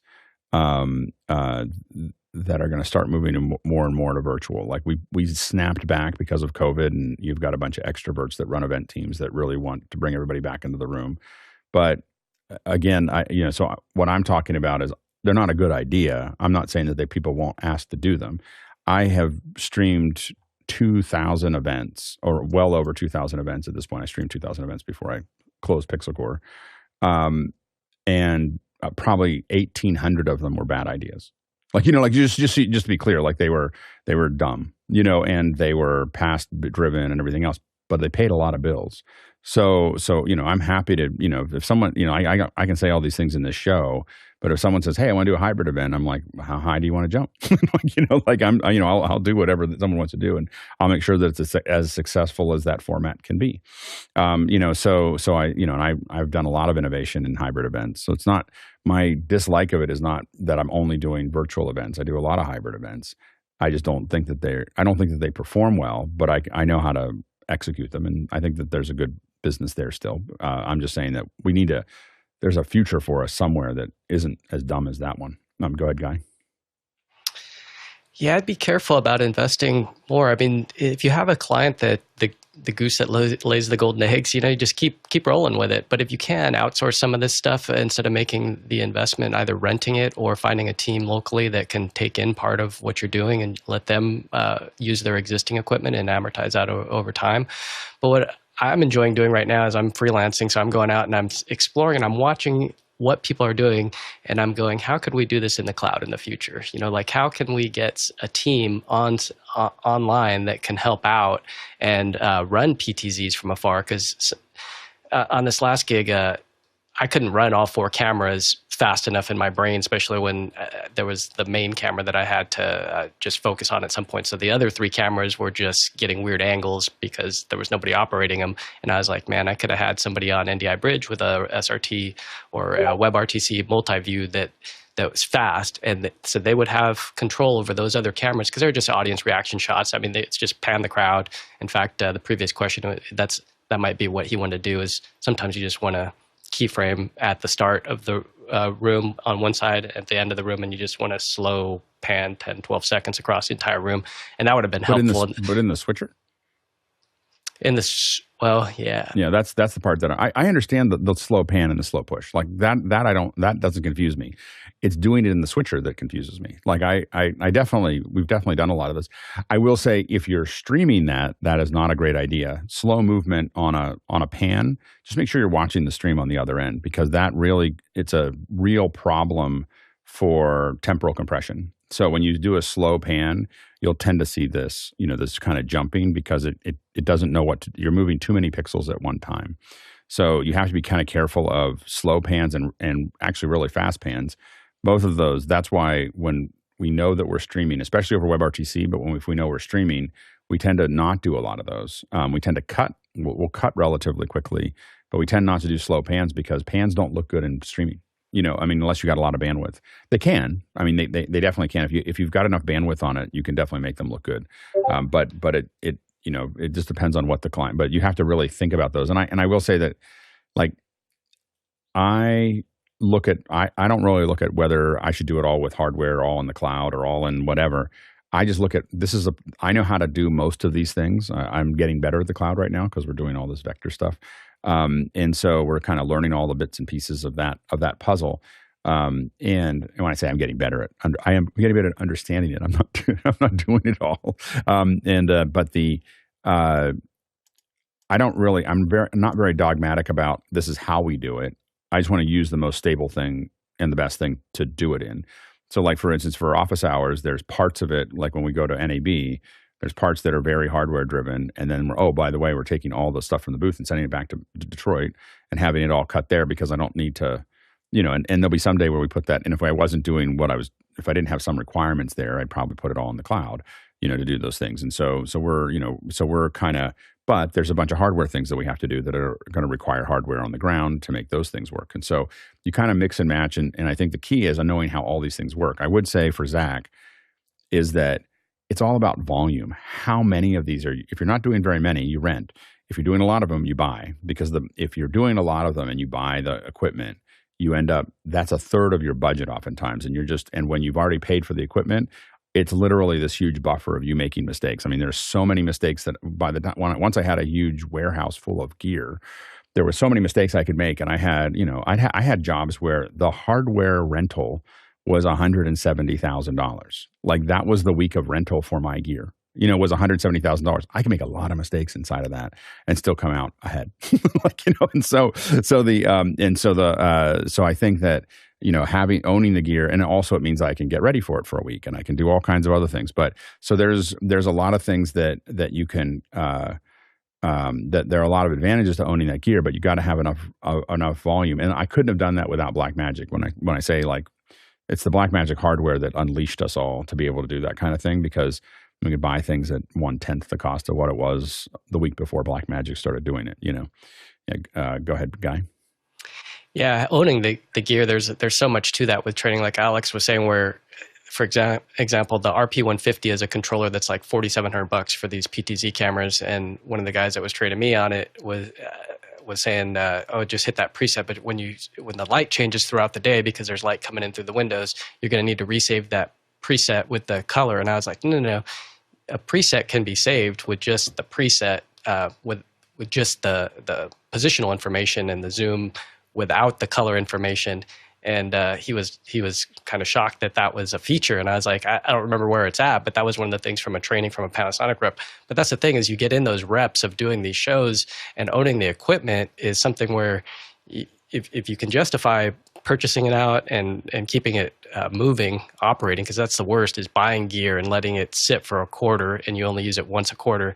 So this is why I love the cloud so much and seeing what's going on, because it's like, can I just rent stuff or farm it out or put it up in the cloud, where I just throw a remote box, like let's say an Epiphan Pearl, where I can remotely manage that box. I can switch the audio, I can turn it on, turn it off, and then Major also has a cloud device as well. So some of the stuff you just want to watch this space, watch office hours, and see when we get these second hour guests on. We should have Major on to talk about their cloud solutions, because it's pretty powerful when you start to look at where this is all moving. Where's Grass Valley going? Where's Blackmagic going? Shooting with Blackmagic, the app on the camera and having it shoot right up to Blackmagic Cloud if you pay the $5 a month, and having that go right into Resolve, that's a workflow that it's super powerful if you can justify, that to a client, like, hey, we're just going to shoot and we're going to turn it around like that. Like, we're not gonna spend weeks in the edit. We're just going to flip it and save FedEx fees and all that stuff. So there's so many more possibilities. So investing in all this old gear, just keep an eye on what other people are doing. Like, Alex and whoever else. Jeff Keithley is a great one to watch. He's doing a lot of live sports, but stuff is changing so fast. You're going to see us do it in a lot of different ways. You're seeing, like I do the Michael Krasny show in Mimo Live. We're going to be doing the evening show for office hours in Vector. We've got people playing with Vmix. We're doing, of course, we have the Blackmagic system that runs the main show. And all of them have reasons that we use them, because they can do things that we can't do with the other ones. And so we're you're going to keep on seeing us kind of constantly looking at, and again, when we go into productions, we're going to pick the ones that we think are the best for that production. It's not going to be, there's not going to be a way to do it. There's going to be, we're going to piece together, this is the way to do this one. Next question. Next one comes to us from Roz McNulty in Vancouver, Canada. Does anyone know an email software other than Google that can take my friend's many email addresses down into one? So I guess he wants to concatenate a bunch of old email addresses. Any suggestions? Go ahead, Samuel. Well, if you want an open source alternative, then I would take a look at Thunderbird. I've set it up for some family members. Or else you can, if you want to go the Microsoft route, then there's Outlook. Or if you've got a Mac, you can use Windows Mail. Next question. Michael Fisk in Spokane Valley says, is there a backlog of QR questions that sometimes get unanswered for 1 or 2 days? There is. What happens is that you ask a QR code and then people vote on them. Not we, but a lot of the viewers vote on them. So sometimes it doesn't get to the top as fast, and it might wait a couple days to get in. If you ask more than one question at a time, I don't think you've done this, Michael, but some people will ask 3 or 4 questions in one QR code, and those just get rejected outright. Like just so you know, like it's just like I can't manage that, I can't process that, and so we have people that will put the same one in for weeks. They really want us to do that one, but it's like a whole bunch of questions all at one time, and it's got to be. You got to ask us 1, maybe 2 things in a question, but as soon as it goes over 2 things, you will not get through the QR code because I'm the one that has to approve them, and I just reject them outright. Next question. Next one comes from Eric Hertz in Hartford, Connecticut. Great discussion about why not to do hybrid events. Thank you. Bill mentioned a need for two-way interaction for large internal events. I'd love to hear more about how to best do this. Go ahead, Bill. Well, I think this is what Alex has been preaching, and I buy into it 100%. If it's we're changing our sales process and the management needs to tell everybody what the new normal is going to be, that doesn't have as much interaction normally because it's pure export of the corporate line and what you're supposed to do. But then not to do what Alex has always promoted, which is create a video that explains it for those people who weren't at the meeting, send that out to them in advance, and then have your live all hands meeting, smaller groups that can ping in, generally with division or area managers and things like that who know their people, and have that interactive discussion so that the people really have a buy-in and they get their questions answered. How do I implement this thing in my circumstance? That really can't be done any way other than two-way communication. And when you use it for that, I think it's incredibly powerful.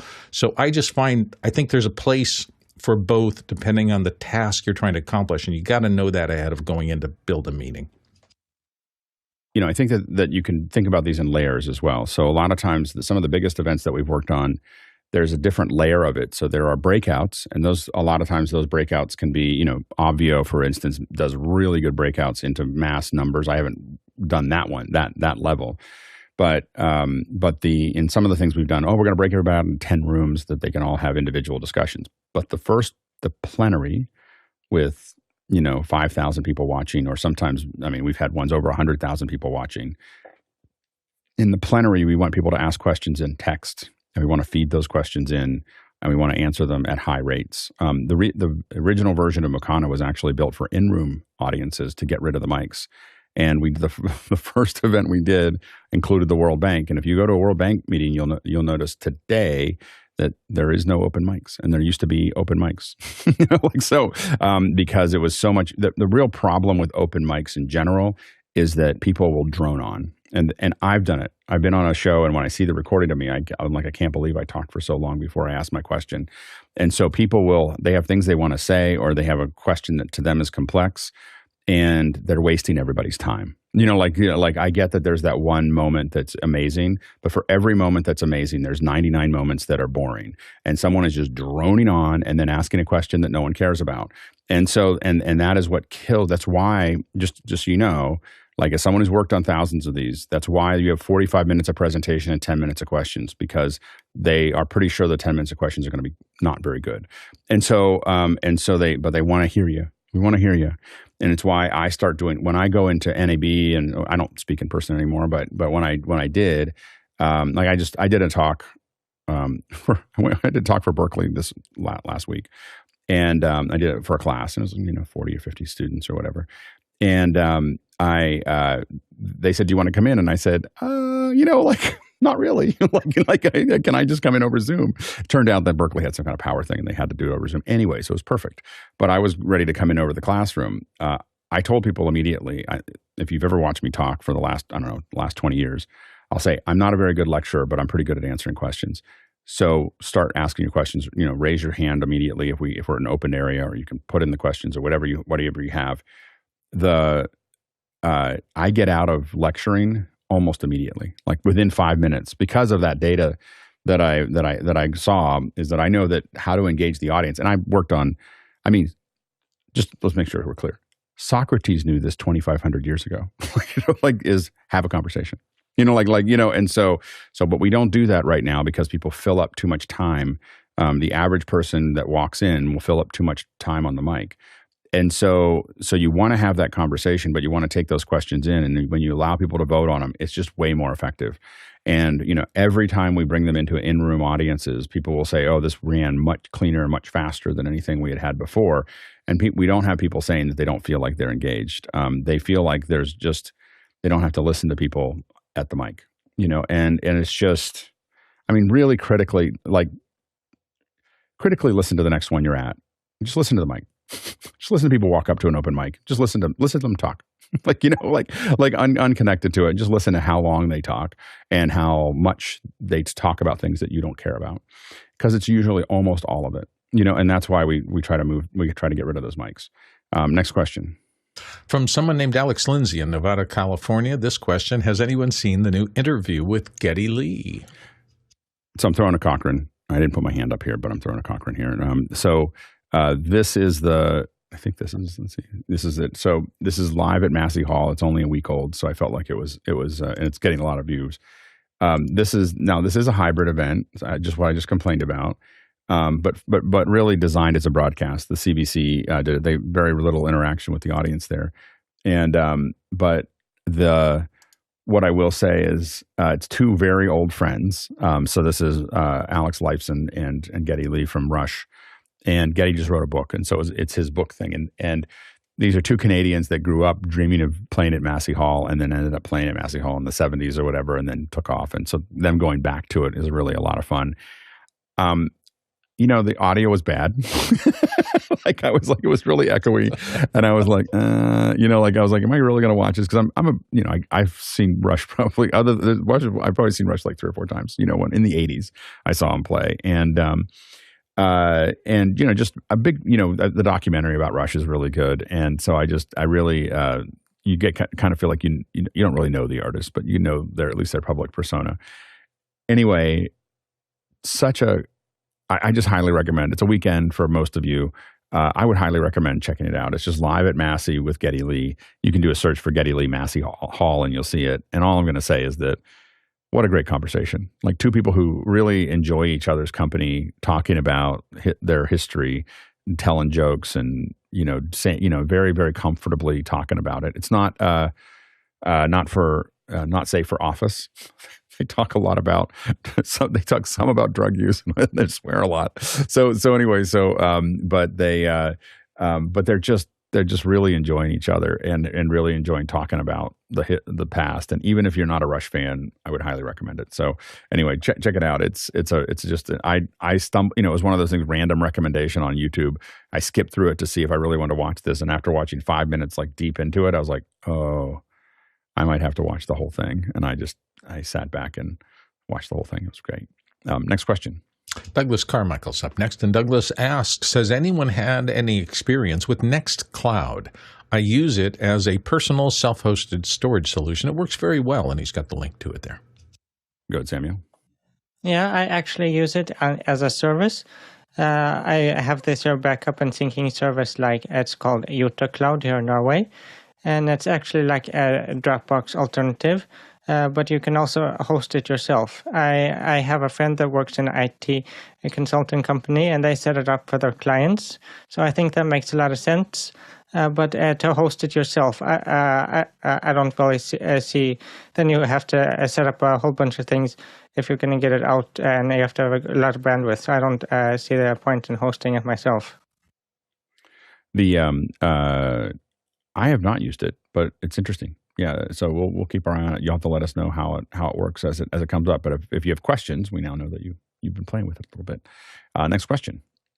Next one comes from Jeff Veely in Henderson, Texas. He's back with this. Regarding slow push-ins, I have automated this in OBS, but it isn't always smooth. What would be a better option? No cam op, digital, virtual zoom only. Go ahead, Samuel. Yeah, I've used Vmix for this, and it actually works quite well. You have to turn down the speed. I don't remember the numbers, but it's the lowest speed you can get. And you can, if you also use the Vmix API, then you can adjust the numbers manually. So I would look into that if you want to do slow push-ins. Good, Bill. Well, for me, and I'm going back to the old camera days and trying to figure out, so you've got this plate and you're pushing in on it virtually as opposed to a parfocal zoom lens, which is designed to hold focus all the way through from an extremely wide shot to an extremely tight shot.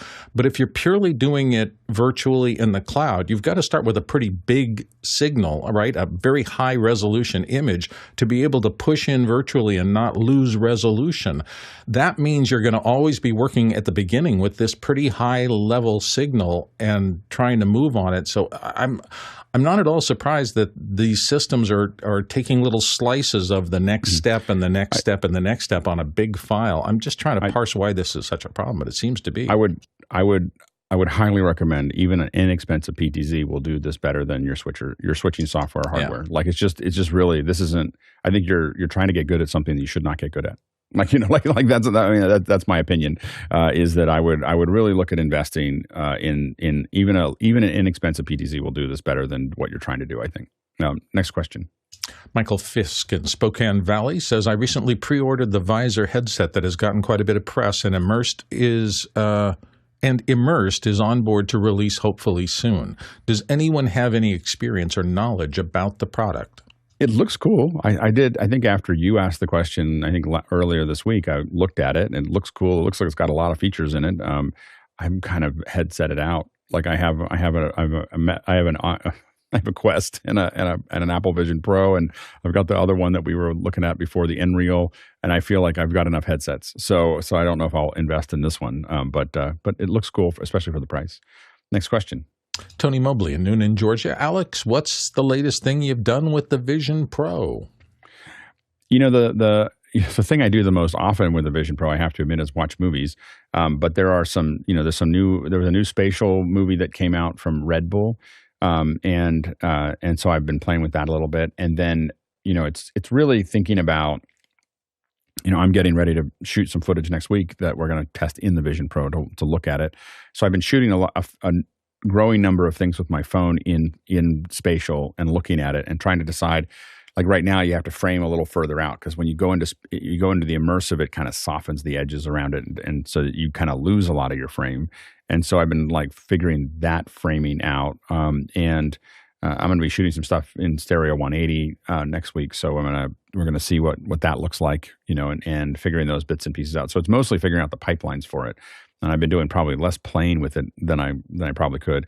A lot of USDZ stuff. USDZs work so well, because you throw them in and you can immediately look at them and build them up and everything else. And so it's been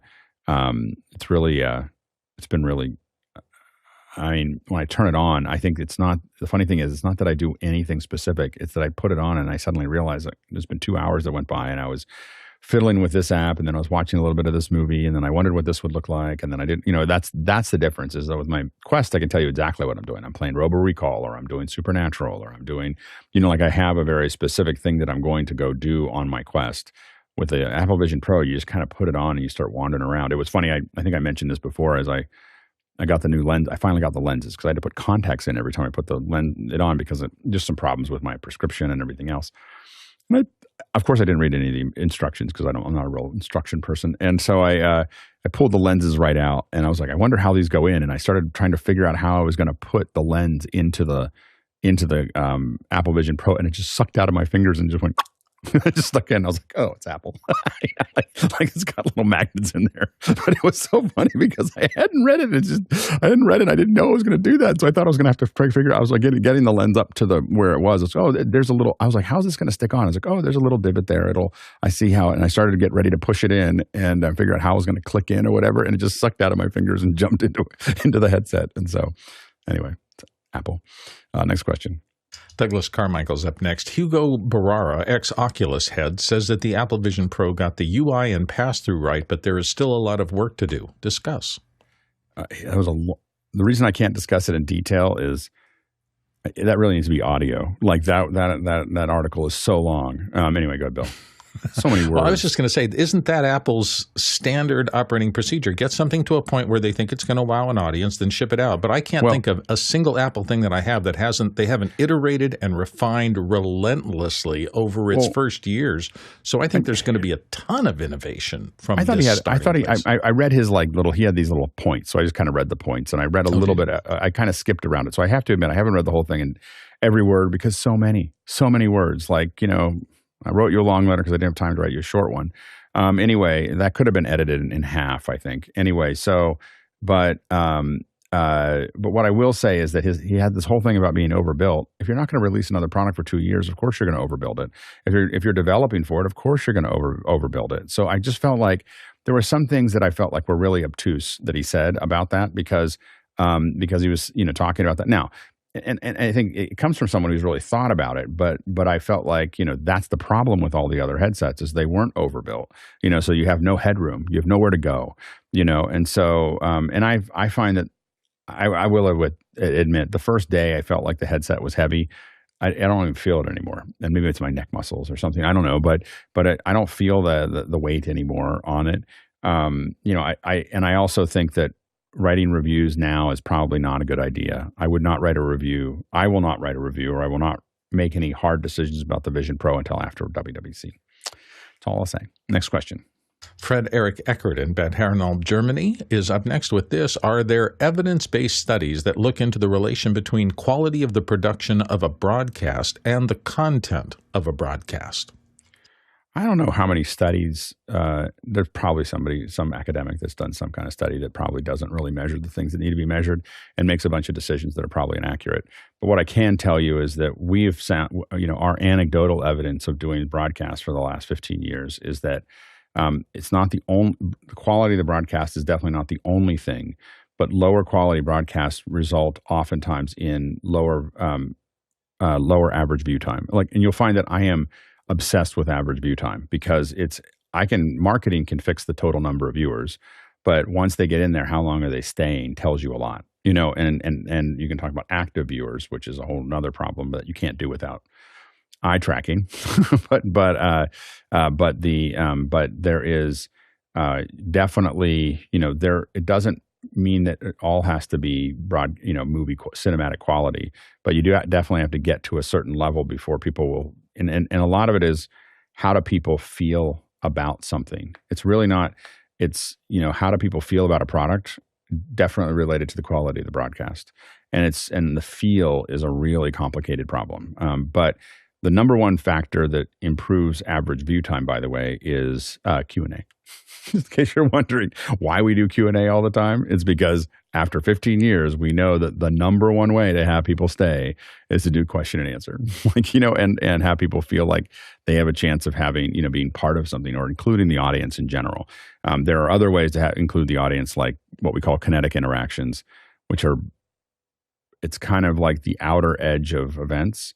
But kinetic interactions are so powerful. They're what we would term as fissionable material that it's broken our event every single time we've done it. So it literally, we broke the Facebook database for the event with kinetic interactions. And so that is people go absolutely bonkers when they can control physical things in the real world from their phone. They lose their minds, and it is a crazy suction process, and we don't have a way to contain it yet. So we only use it in little touches here and there, because it is literally just hard to contain that reactor. Next question. Next one comes from Drew, and actually the next two are on the same basic topic. This from downtown Los Angeles. Love Alex's demonstration and information about his Telestrator, but which pen is he using, and are there others that he can recommend? I'm using the Wacom one. I have other Wacoms. I have a Wacom 6. I got a couple of the 16s because I've used them in the past. But they're a lot more expensive. So the 16s, the larger Wacoms are, it is Wacom like water. We did ask Wacom about that.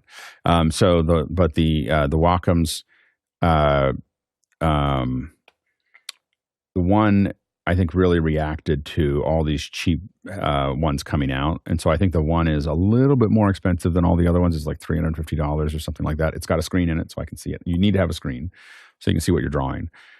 In my opinion.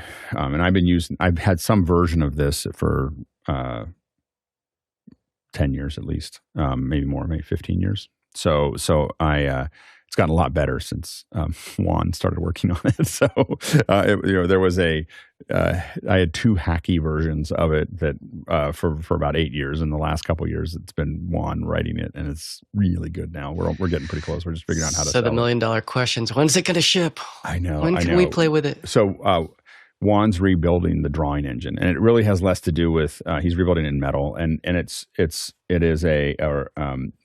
works really, really well on the M1. It also, but on the iPad, it doesn't work. We wanted to release it as one product that just works on the iPad or the a cross pop. But anyway, and it's got a ton of tools in it. I've kind of got this set up really nicely because I put a piece of metal behind it so that I have a Stream Deck XL that has all the colors and has the sizes and I can do undo, and I know it was a little thing. Juan put it in a while ago, and I didn't realize that there was an undo. Like I was like, when did you add that? He's like, a year ago. So anyway, the there's a couple things we want to fix on the interface.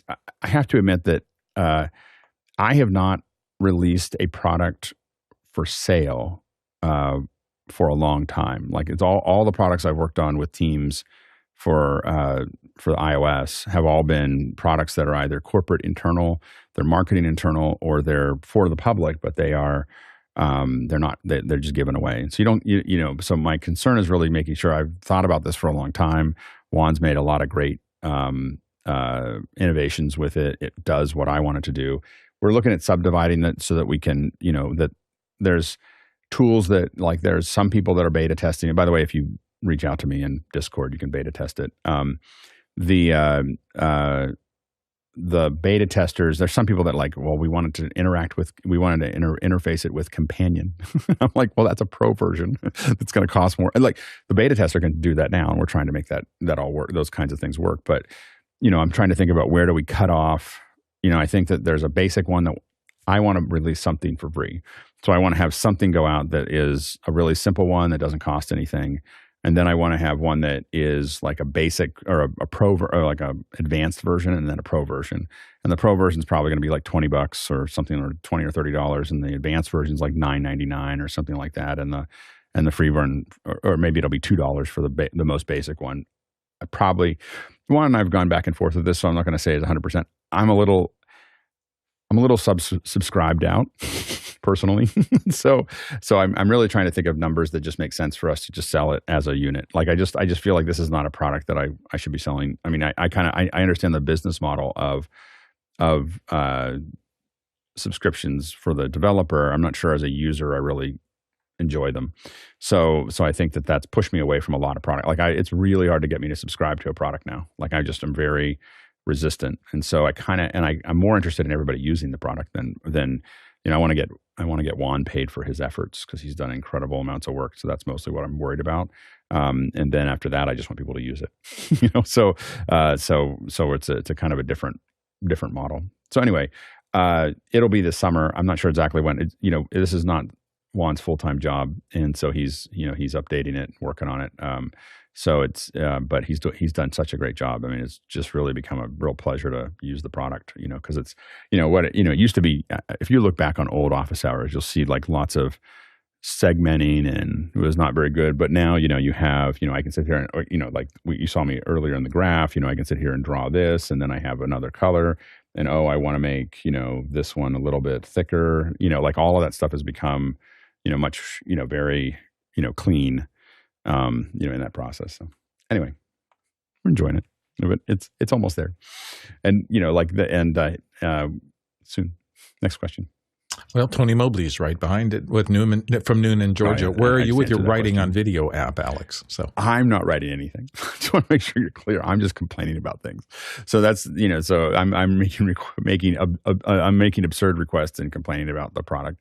Juan does all the Juan Robles does all the great work on it, and so we're pretty close. And again, I'm eager to get it out, but I also we're so close to having just a really seamless product that I want to make sure that we shave off the last sharp edges before we put it out. So we're very close though.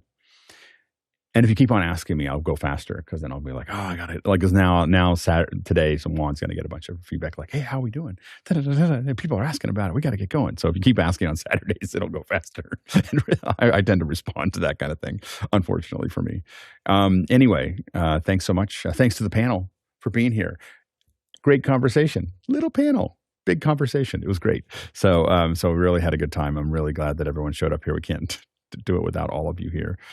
So really great work by the panel today, and great thank you to the team on a Saturday making this happen, cutting the show, developing the hardware and software, all the support that goes on behind it. There's so much as a viewer that you don't see what it takes there's a little village that builds up every morning to do this 7 days a week.